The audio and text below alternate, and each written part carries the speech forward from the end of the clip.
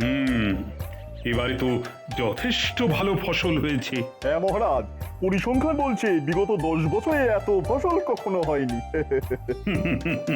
তাহলে তো এবার কৃষ্ণনগর যথেষ্ট সমৃদ্ধশালী রাজ্য। যথার্থই বলেছেন মহারাজ।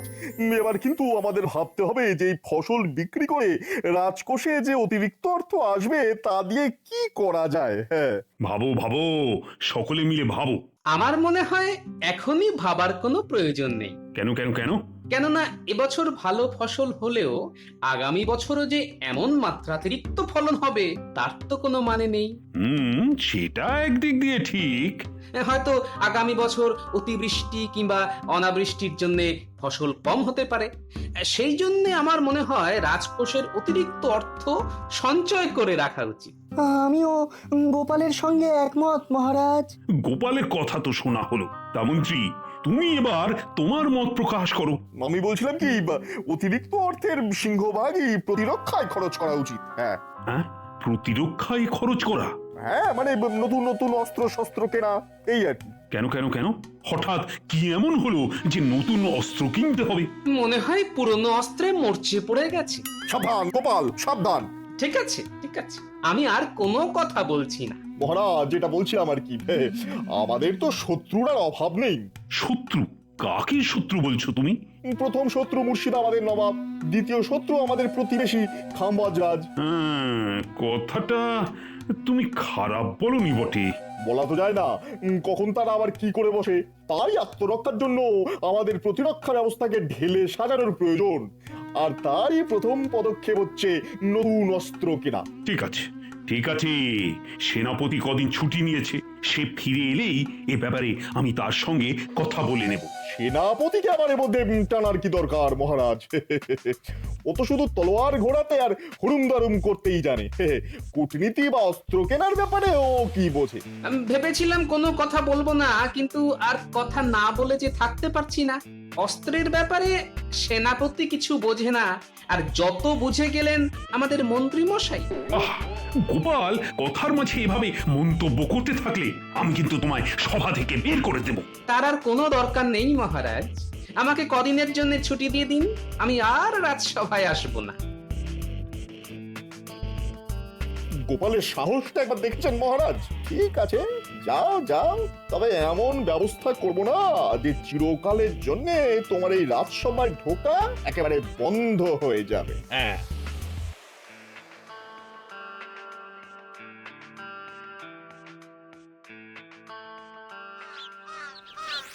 এ কি গো, এত তাড়াতাড়ি রাজসভা থেকে ফিরে এলে যে? সভা কি ছুটি হয়ে গেল? সকলের নয়, শুধু আমারই ছুটি। শুধু তোমার ছুটি মানে? রাজসভা থেকে চলে এলাম, এরপর যতদিন মহারাজ আমাকে আর রাজসভায় না ডাকবেন ততদিন আমি ঘরে বসে থাকবো আর প্রাণ ভরে ঘুমোবো। এই তোমার কথার মাথা মুন্ডু তো কিছুই বুঝতে পারছি না। হ্যাঁ গো, মহারাজের সঙ্গে কি কোনো গন্ডগোল হয়েছে? না, মহারাজের সঙ্গে ঠিক হয়নি, তবে হয়েছে আমাদের নতুন মন্ত্রী ওই ভগবানের সঙ্গে। ও, তা কি নিয়ে গন্ডগোলটা লাগলো শুনি? আর তুমি ঘরের বউ, তাই সবটা তোমার না শুনলেও চলবে। তবে এই বলে দিলাম আমি, ওই মন্ত্রী যেদিন মহারাজকে ভরাডুবি করে ছাড়বে সেদিনই মহারাজ টের পাবে। এখন একটু মুড়ি মেখে আনো দেখি, একটু জমিয়ে পেট পুজো করি। বুঝলে রানী, যত বয়স হচ্ছে গোপালের, মেজাজটাও না ততটাই গরম হয়ে উঠছে। কেন, গোপাল আবার কি করলো? দেখো না, অস্ত্র কেনা নিয়ে আজ রাজসভায় নতুন মন্ত্রীর সঙ্গে গোপালের একটু খিটিমিটি লেগেছে। তা এই ব্যাপারে আমি একটু বিরক্তি প্রকাশ করতেই গোপাল রেগে মেগে আমার অনুমতি ছাড়াই রাজসভা ছেড়ে বেরিয়ে গেল। আচ্ছা, গোপাল কোন পক্ষে ছিল? অস্ত্র কেনার দিকে নাকি অস্ত্র না কেনার দিকে? ওর রকম সকম দেখে তো মনে হচ্ছিল অস্ত্র না কেনার দিকে। আচ্ছা, হঠাৎ করে অস্ত্র কেনারই বা প্রয়োজন হয়ে পড়লো কেন?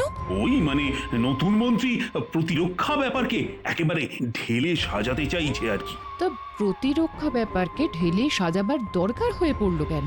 এই দেখো, এত বড় রাজ্যের রানী হয়েও তুমি এই কথা বলছো? আরে, আমাদের শত্রুত্ব আর অভাব নেই। দেখুন মহারাজ, এতদিন এই রাজ্যের রানী হয়ে আমি যেটুকু বুঝেছি তাতে আমার মনে হয় আপনি যাদের শত্রু ভাবছেন তাদের সঙ্গে কিন্তু বন্ধুত্ব করে নেওয়ার থেকে বড় রাজধর্ম আর কিছু নেই। বলছো?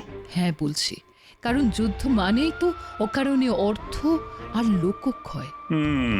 কথাটা খুব একটা মন্দ বলনি রানী। বেশ, কালই রাজসভায় গিয়ে মন্ত্রীকে বলে দেব যে এখনই কোনো অস্ত্র কেনার প্রয়োজন নেই। গোপাল কাল রাগ দেখিয়ে রাজসভা থেকে চলে গেছে, তার মানে আমার পথের কাঁটা দূর হয়েছে।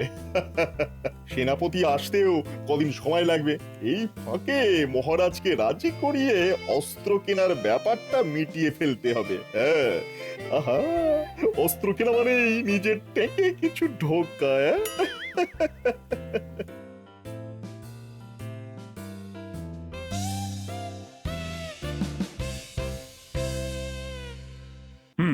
তাহলে সভার কাজ শুরু করা যাক। আচ্ছা মহারাজ, গোপালকে একবার ডেকে পাঠালে হতো না? না না না, ও যখন একবার তেজ দেখিয়ে চলে গেছে তখন ওকে ডাকার আর কোনো প্রয়োজন দেখি না। মন্ত্রী, এবার বলো আজ কোন বিষয়ে আলোচনা হবে? ওই মহারাজ, অস্ত্র। না না না, এখনই অস্ত্র কেনার কোনো প্রয়োজন নেই। কিন্তু মহারাজ, কালই তো আপনি অস্ত্র কেনার ব্যাপারে এক প্রকার রাজি হয়ে গিয়েছিলেন। কিন্তু পরে ভেবে দেখলাম আমরা যাদের শত্রু বলে ভাবছি তাদের সঙ্গে বন্ধুত্ব করে নেওয়ার থেকে বড় রাজধর্ম যে আর কিছুই নেই। চলে, তার মানে অস্ত্র কেনা হবে না? আর অস্ত্র কেনা না হলে আমার ট্যাঙ্কে অর্থের আমদানি হবে কি করে? বাবা, আপনি কিন্তু ভুল করছেন মহারাজ। এই শত্রুদের সঙ্গে যেচে বন্ধুত্ব করতে গেলে তারা আমাদের দুর্বল ভেবে বসবে। হ্যাঁ, দেখো, যাদের তুমি শত্রু ভাবছো তারা তো তেমন ভাবে আমাদের সঙ্গে কোনো শত্রুতা করেনি। সবটাই তো আমাদের অনুমান মাত্র। অনুমানটাই অনেক সময় সত্যি হয়ে যায় মহারাজ। আর সে তুমি যাই বলো না কেন, তাহলে এটাই ঠিক হলো যে এখন কোনো অস্ত্র কেনা হচ্ছে না।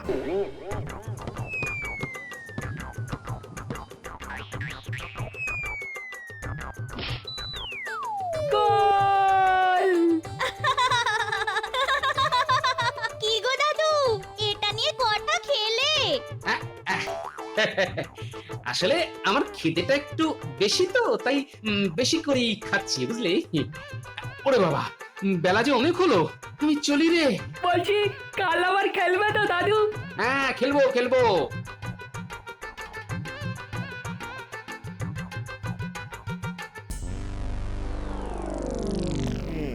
যুদ্ধের ভড়কি দিয়েও যখন কাজ হলো না, তখন সত্যি সত্যি একটা যুদ্ধ লাগাতেই হবে।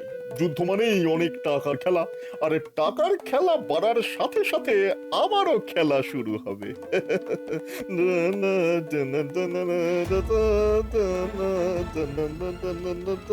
এলোমেলো করে দেমা লুটে পুটে খায় না।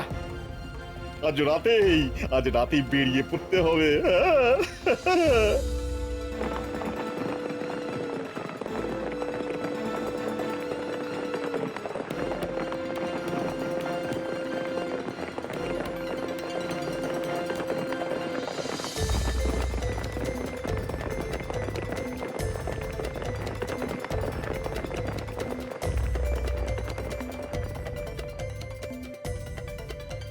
কাকে চাই? আমি কৃষ্ণনগর থেকে আসছি, রাজাকে গিয়ে বলো বিশেষ দরকার। ঠিক আছে, অপেক্ষা করো।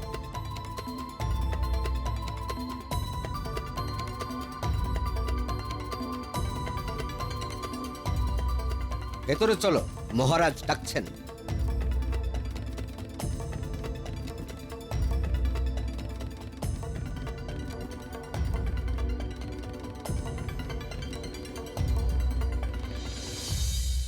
তোমাকে তো ঠিক চিনলাম না। না চেনাই স্বাভাবিক, কারণ আপনার সঙ্গে এই প্রথম আমার সাক্ষাৎ। আমি কৃষ্ণনগরের নতুন মন্ত্রী। হ্যাঁ হ্যাঁ হ্যাঁ, শুনেছি বটে। কৃষ্ণনগরের পুরাতন মন্ত্রী অসুস্থ বলে নতুন মন্ত্রী নিয়োগ করা হয়েছে। হ্যাঁ হ্যাঁ হ্যাঁ, শুনেছি। হ্যাঁ, তা এত রাতে আমার কাছে কি প্রয়োজনে? আপনাকে গোপনে একটা খবর দিতে এলাম মহারাজ। গোপন খবর? কিরকম? আমাদের রাজা কৃষ্ণচন্দ্র অতর্কিতে আক্রমণ করে আপনার রাজ্য দখল করে নিতে চায়। হ্যাঁ। সে কি বলছো তুমি? কৃষ্ণনগরের সঙ্গে আমার সম্পর্ক তো খারাপ নয়। তাতে কি এসে যায় মহারাজ? আসলে জানেন তো, রাজ্য দখলের নেশা মানুষের সব সম্পর্ক, সকল বন্ধন নষ্ট করে দেয়। হ্যাঁ, আমাদের মহারাজের এখন হয়েছে সেই অবস্থা। তামাম বাংলার অধীশ্বর হওয়ার জন্য তিনি একেবারে পাগল হয়ে উঠেছেন। হ্যাঁ, তাহলে উপায়? উপায় একটাই, আগে ভাগে কৃষ্ণনগর আক্রমণ করে আমাদের মহারাজকে নিরস্ত্র করা। হ্যাঁ, প্রয়োজন হলে কৃষ্ণনগর জয় করে মহারাজ কৃষ্ণচন্দ্রকে সমুচিত শাস্তি দেওয়া। কথাটা খুব একটা খারাপ বলনি। আচ্ছা, তুমি আমার প্রতি এত সদয় হলে কেন? এত রাতে খবর নিয়ে এলে কেন আমার কাছে? বলছি এক এক করে সব বলছি। এক, আমি যুদ্ধ চাই না, কারণ আমি জানি যুদ্ধের লাভের লাভ কিছুই হয় না, শুধু অকারণেই অর্থ আর লোকক্ষয় হয়। আর দুই, মহারাজ কৃষ্ণচন্দ্রের পাগলামিতে সারা রাজ্যবাসী একেবারে অতিষ্ঠ হয়ে উঠেছে। আমি তাদের এই পাগলামির হাত থেকে পরিত্রাণ দিতে চাই। হ্যাঁ, ঠিক আছে, ঠিক আছে, কাল থেকেই আমি যুদ্ধের প্রস্তুতি শুরু করে দিচ্ছি। 2-1 দিনের মধ্যেই কৃষ্ণনগর আক্রমণ করব, আর কৃষ্ণচন্দ্রকে সিংহাসনচ্যুত করে তোমাকেই বসিয়ে আসবো সিংহাসনে। ওরে বাহ, এ তো দুদিক দিয়ে লাভ। হ্যাঁ, যুদ্ধ বাঁধিয়ে পকেট গরম, আর যুদ্ধ শেষে মহারাজ হয়ে সিংহাসনে বসে পড়া। হ্যাঁ বাবা, আমি তাহলে যাই মহারাজ। তাহলে আর তোমাকে আটকাবো না, তুমি আসতে পারো। এই যে বলি, কি গো, আজ রাজসভায় যাবে তো? হ্যাঁ, আহা, একবার তো তোমায় বলেছি, মহারাজ নিজে ডেকে না পাঠালে আমি আর রাজসভামুখ হচ্ছি না। ওমা, কি কথা গো?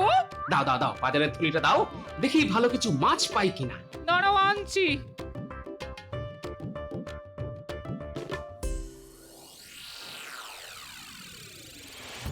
কি বলছো কি বিজ্ঞানী? আমি তো ছিলাম ছুটিতে, আর সেই সময় আমাকে বাদ দিয়েই। তাহলে আর বলছি কি, নতুন মন্ত্রী তো অস্ত্র কেনার জন্যে একেবারে পাগল হয়ে উঠেছিল, আর সেই নিয়েই তো গোপালের সঙ্গে বিবাদ। অবশেষে মহারাজ রাজি হলেন না বলে নতুন মন্ত্রী কিছুটা দমে গেল। তবে মুখ দেখে খুব একটা খুশি বলে তো মনে হয়নি আমার। গোপাল ছাড়া রাজসভা? না না বিজ্ঞানী, মহারাজের অনুমতি নিয়ে আমি কালই গোপালকে রাজসভায় ফিরিয়ে নিয়ে আসবো। হ্যাঁ, তাহলে তো খুবই ভালো হয়। দেখো, চেষ্টা করে দেখো। প্রণাম মহারাজ।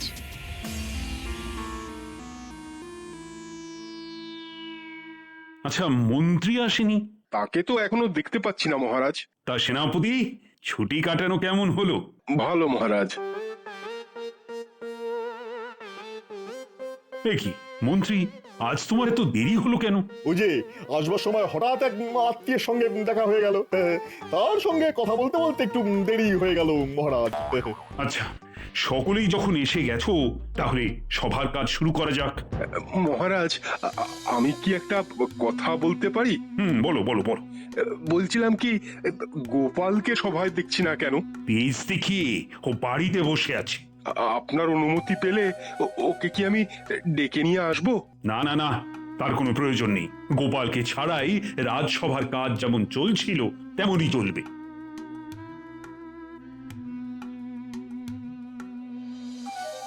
কি ব্যাপার গুপ্তচর, হঠাৎ তুমি এলে? কোনো খবর আছে কি? মহারাজ, খুব একটা খারাপ খবর আছে। হ্যাঁ, খারাপ খবর? হ্যাঁ মহারাজ, আমাদের বিরুদ্ধে যুদ্ধের জন্য খাম্বাজ রাজ প্রস্তুত হচ্ছেন। বাবা, আমাদের বিরুদ্ধে যুদ্ধ? বলো কি? আচ্ছা, তোমার কোনো ভুল হচ্ছে না তো? না মহারাজ, আমি একেবারে পাকা খবর এনেছি। হ্যাঁ, কিন্তু যুদ্ধের কারণটা কি? সেটা ঠিক বলতে পারবো না। আসলে আমাদের রাজ্য জয় করাই খাম্বাজ রাজের উদ্দেশ্য। এবার বুঝতে পারলেন তো মহারাজ, কেন আমি অস্ত্র কিনতে বলেছিলাম? আচ্ছা গুপ্তচর, খাম্বাজ রাজ কি আমাদের রাজ্যের উদ্দেশ্যে যুদ্ধযাত্রা শুরু করে দিয়েছেন? এখনো করেননি, কিন্তু যতদূর জেনেছি তাতে কালকেই যুদ্ধযাত্রা শুরু করে দেবেন। হ্যাঁ, কালকে শুরু করলে আমাদের এখানে পৌঁছতে পৌঁছতে পরশু। না না না, আর দেরি করা যায় না। সেনাপতি, তোমার সৈনিকদের প্রস্তুত হতে নির্দেশ দাও। যথাজ্ঞা মহারাজ। আচ্ছা, তোমার অস্ত্র শস্ত্র যথেষ্ট পরিমাণে আছে তো?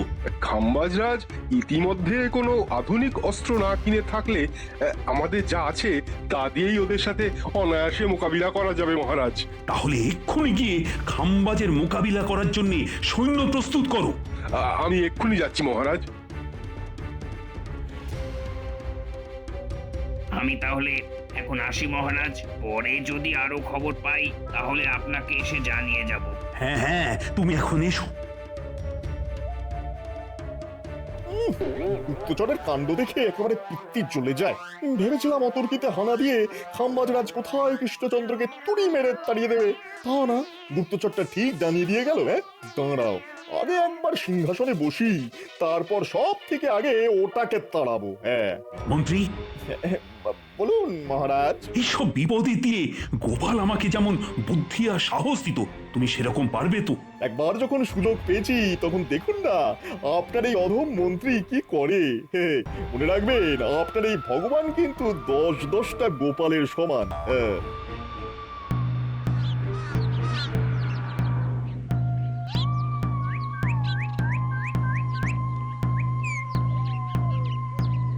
শোনো শোনো শোনো, খাম্বাজরাজ আমাদের কৃষ্ণনগর আক্রমণ করতে আসছে। 2-1 দিনের মধ্যেই যুদ্ধ লাগবে, সকলে তাই খুব সাবধানে থাকবে, আর খুব একটা প্রয়োজন ছাড়া কেউ ঘরের বাইরে বেরোবে না। শোনো শোনো শোনো। সে কি যুদ্ধ লাগবে? তাহলে তো মহা বিপদ, রাজায় রাজায় যুদ্ধ হবে আর প্রাণ যাবে উড়ুখাগড়ার। এবার ফসল ভালো হতে ভেবেছিলাম বছরটা খুব ভালোভাবে কাটবে, তা না এই কি উঠকো অশান্তি বলো দেখি। কি যেন বলছে না, যুদ্ধ লাগবে? এগো ভাই, এসব তুমি কি বলছো? কেন, মহারাজের খাস লোক হয়ে তুমি জানো না খাম্বাজরাজ আমাদের রাজ্য আক্রমণ করতে আসছে? সে কি? সকলে মনে রেখো, এই আক্রমণ প্রতিহত করে আমাদের জয়লাভ করতেই হবে। সেনাপতি, এসব কি শুনছি? ঠিকই শুনেছো গোপাল। আচ্ছা, আমাকে একটা দ্রুতগামী ঘোড়া দিতে পারো? ঘোড়া? ঘোড়া দিয়ে কি হবে? সব পরে বলবো, হাতে একনার সময় নেই। আর আমার এই ঘোড়া নিয়ে যাওয়ার খবরটা কিন্তু কেউ যেন জানতে না পারে, বুঝলে? ঠিক আছে, চলো দিচ্ছি।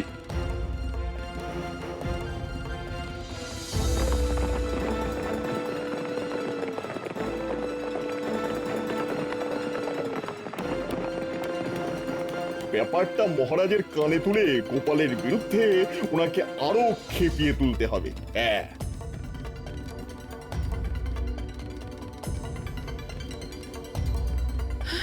কি বলছেন কি মহারাজ?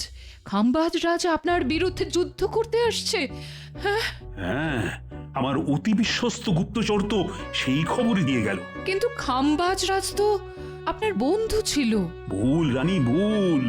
রাজনীতিতে বন্ধু বা শত্রু বলে কিছুই হয় না, সবটাই স্বার্থ আর রাজনীতির নোংরা খেলা। আচ্ছা, গোপালকে একবার খবর দিলে হয় না? গোপাল? ব্যক্তিগত মান অভিমানের সময় কিন্তু এখন নয় মহারাজ, এটা নয়। আমার এই অনুরোধটা আপনি রাখুন মহারাজ, গোপালকে ডেকে পাঠান। কাকে আর ডেকে পাঠাবেন মহারাজ, সে তো কৃষ্ণনগর ছেড়ে পালিয়েছে। কি বলছো কি মন্ত্রী? গোপাল কৃষ্ণনগর ছেড়ে পালিয়েছে? কিন্তু কেন? কিছু মনে করবে না রানীমা, আমার মনে হয় খাম্বাজরাজকে এই যুদ্ধের জন্য আসল উস্কানিটা গোপালই দিয়েছে। হ্যাঁ, আর যুদ্ধ আসন্ন দেখে সে সরাসরি ওই দলে অংশগ্রহণ করতে গেছে। আমার কথা বিশ্বাস না হলে কাউকে পাঠিয়ে জেনে নিন না এই মুহূর্তে গোপাল এই রাজ্যে আছে কি নেই।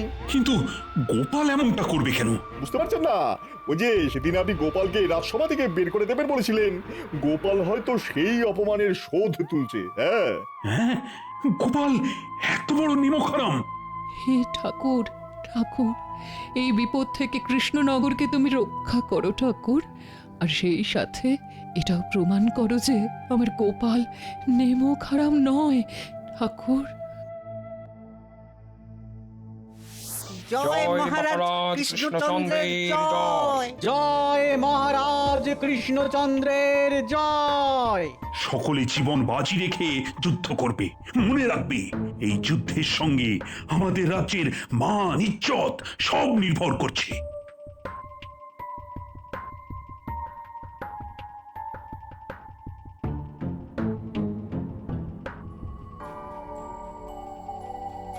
দেখুন মহারাজ, দেখুন আমার কথা সত্যি হলো কিনা। বেঈমান গোপাল আজ খাম্বাজ রাজার দলে। আক্রমণ! এটা কি হলো? খাম্বাজরাজ সাদা পতাকা উড়িয়ে দিল কেন? কৃষ্ণচন্দ্র, কৃষ্ণচন্দ্র, আমি আপনার সঙ্গে যুদ্ধ করতে আসিনি, সন্ধি করতে এসেছি। তাহলে কেন এই যুদ্ধের আয়োজন? একজন আমাকে মিথ্যে খবর দিয়ে ভুল পথে চালিত করে আপনার বিরুদ্ধে যুদ্ধ করতে এক প্রকার বাধ্য করেছিল। সে কি?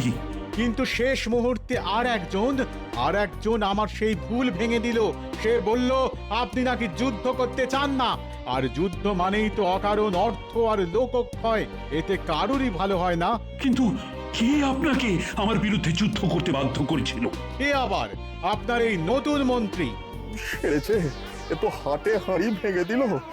এখন তালে গলে আমি পালাই বাবা। কোথায় পালাচ্ছেন মন্ত্রী মশাই?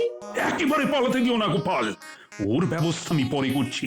কিন্তু আপনার ভুল কে ভেঙে দিল খাম্বাজরাজ? এ আবার আপনার এই চিরবিশ্বস্ত গোপাল। গোপাল? গোপাল তুমি? যাক, ভালোই ভালোই সব মিটে গেল। এবার আপনার এই বিশ্বাসঘাতক মন্ত্রীটির কি করবেন বলুন তো? ওকে ওকে আমি কঠিন শাস্তি দেবো। ওকে আমার হাতে ছেড়ে দিন। মিথ্যে কথা বলে আমাকে বিভ্রান্ত করার শাস্তিটা ওকে আমি নিজের হাতেই দিতে চাই। ও মহারাজ, আপনি নিজে হাতে মারুন কাটুন যা ইচ্ছে করুন, কিন্তু দয়া করে এই খাম্বাজরাজের হাতে আমায় তুলে দেবেন না। নিজের রাজ্যে নিয়ে গিয়ে ও কিন্তু খুব মারবে, ভীষণ মারবে মহারাজ, খুব লাগবে আমার। মেয়ের একবারে হাড়গোড় ভেঙে দেবে। ও মহারাজ, চুপ হতো ছড়া, তা আমরা হয়ে আবার বাচ্চার মতো কাঁদা হচ্ছে। চল চল, তোর কি হাল করি দেখবি, চল। গোপাল, গোপাল তুমি না থাকলে আজ কিন্তু একটা বড় বিপদ হতে পারতো। জয় গোপালের জয়। জয়